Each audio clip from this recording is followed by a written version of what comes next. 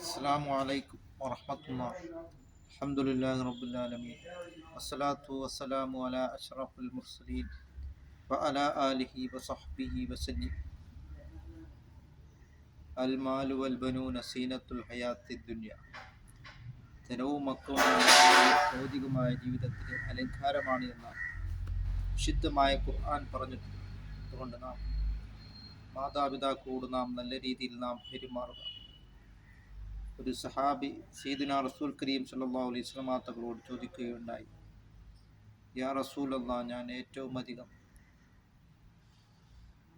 ഈ ഭൂമിയിൽ നന്മ ചെയ്യേണ്ടത് ആരോടാണെന്ന് ചോദിച്ചപ്പോൾ സയ്യിദുനാ റസൂൽ കരീം സല്ലല്ലാഹു അലൈഹി വസല്ലം തങ്ങൾ പറഞ്ഞത് ഉമ്മുക്ക, നിന്റെ ഉമ്മയോട് എന്നാണ്.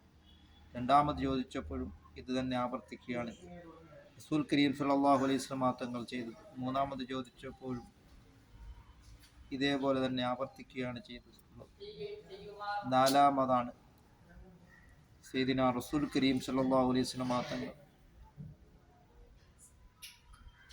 നിന്റെ പിതാവ് എന്ന് പറഞ്ഞത്. അതുകൊണ്ട് നാം മാതാപിതാക്കളോട് നാം നല്ല രീതിയിൽ നാം പെരുമാറുകയും അങ്ങനെ നാം ഇല്ലാം അള്ളാഹുവിൻ്റെ പ്രീതിയിലായിട്ട് നാം ജീവിക്കുവാനും അങ്ങനെ നാം അള്ളാഹുലേക്ക് നാം മടങ്ങുകയും